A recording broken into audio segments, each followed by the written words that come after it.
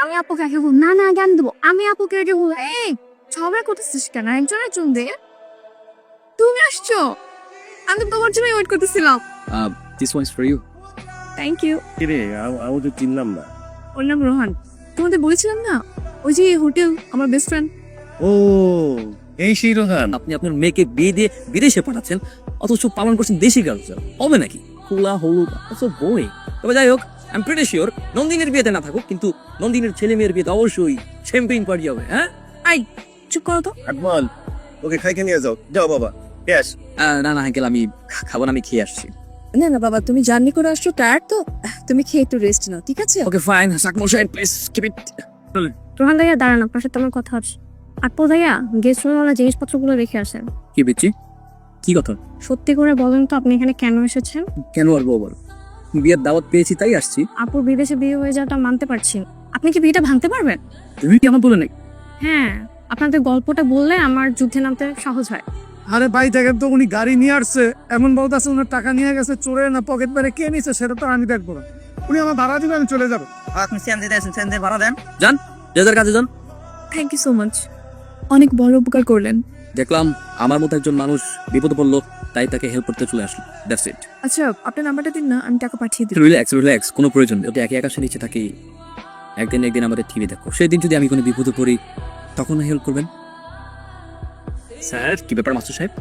Sir আপনি কি ওই জেন্টলম্যান মানে ভদ্রমহিলার প্রেমে টেমে পড়ে গেলেন নাকি?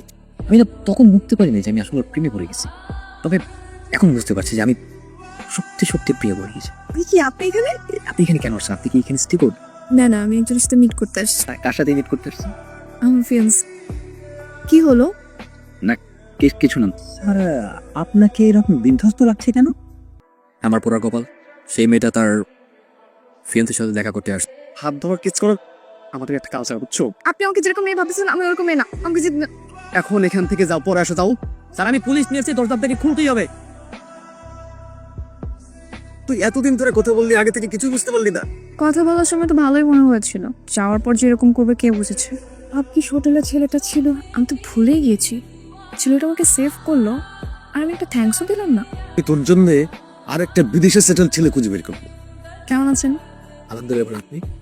ভালো, থ্যাংক ইউ সো মাচ আপনাকে কালকে আমাকে এভাবে সেভ করার জন্য। আপনার অফিস নেই? আমার জন্য বোধহয় ছুটি নিয়েছেন, তাই না?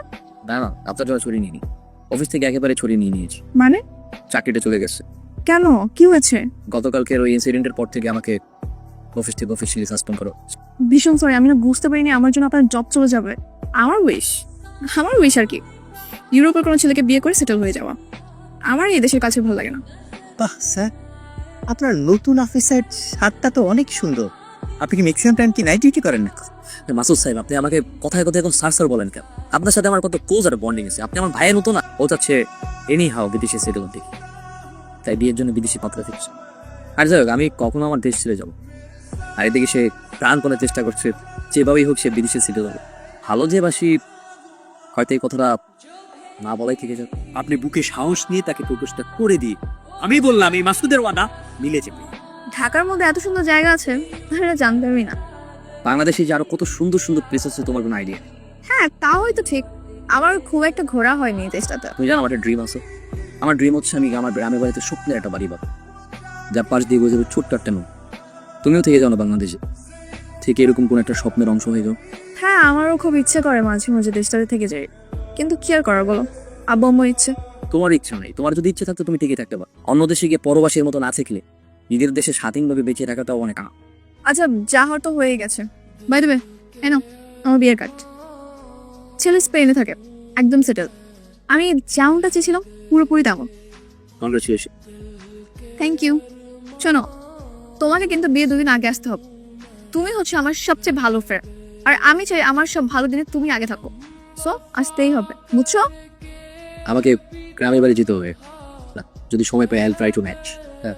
কথা সব মানুষ তো বিয়ের পরেও ট্রাই মারতে থাকে, আর এখনো তো ম্যাডামের বিয়েই হয়নি।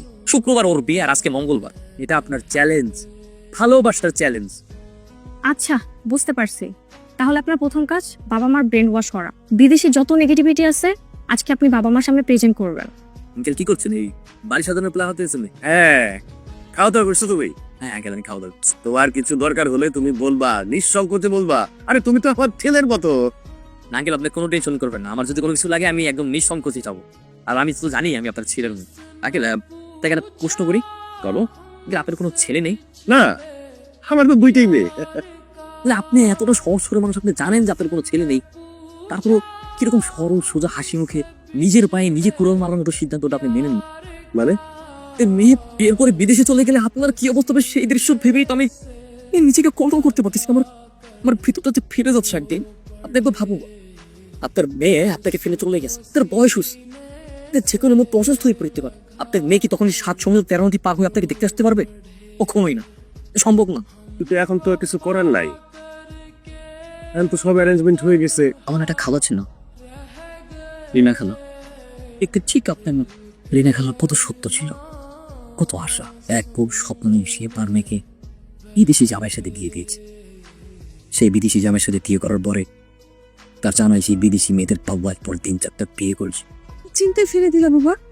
কিন্তু এখনো সময় আছে, ভবিষ্যতে যাতে আর পস্তাতে না হয়, এই এখন ডিসিশন নিয়ে যদি ভবিষ্যৎ আফসোস করতে না হয়। কি আপুকে ভালোবাসেন এটা কি আপু জানে?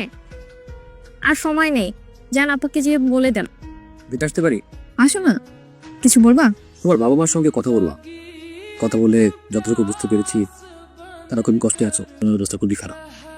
তোমার বিদেশে যাওয়ার ব্যাপারটা তারা কোনোভাবে মেনে নিতে পারছে না। বিয়েটা তো বাবা মার ইচ্ছেতেই হচ্ছে। হ্যাঁ তা ঠিক, তাদের ইচ্ছেতেই বিয়েটা হচ্ছে, কিন্তু তারপর তারা অনেক হতাশ। আর একটা কথা, আমার যে সপ্তাহের বাইরে থাকবে না গ্রামে, হুম। সেই গ্রামের পাড়তে যে নদীটা বয়ে যাবে, সেই নদীর পারে আমি আর আমার সপ্তাহের পরই রোজ বিকালে ঘুরতে পারবেন। তো এগুলো আমাকে কেন শোনাচ্ছ? কারণ আমার স্বপ্নের সেই পুরোটি হচ্ছে তুমি কি পারো না তোমার সেই ইউরোপে যাওয়ার শব্দটা ভঙ্গ করে আমার স্বপ্নের পরি হতে? না, এটা কখনো সম্ভব না।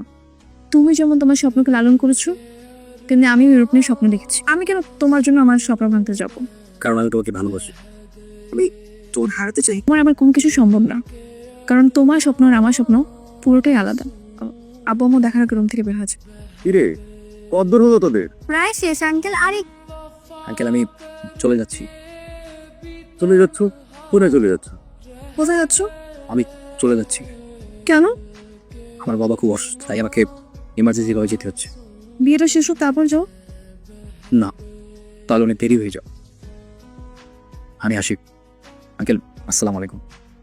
মানিব্যাগ ফেলে আসছিল কেন? সরি ভাই, ভুল করে মানিব্যাগটা রেখে আসছি।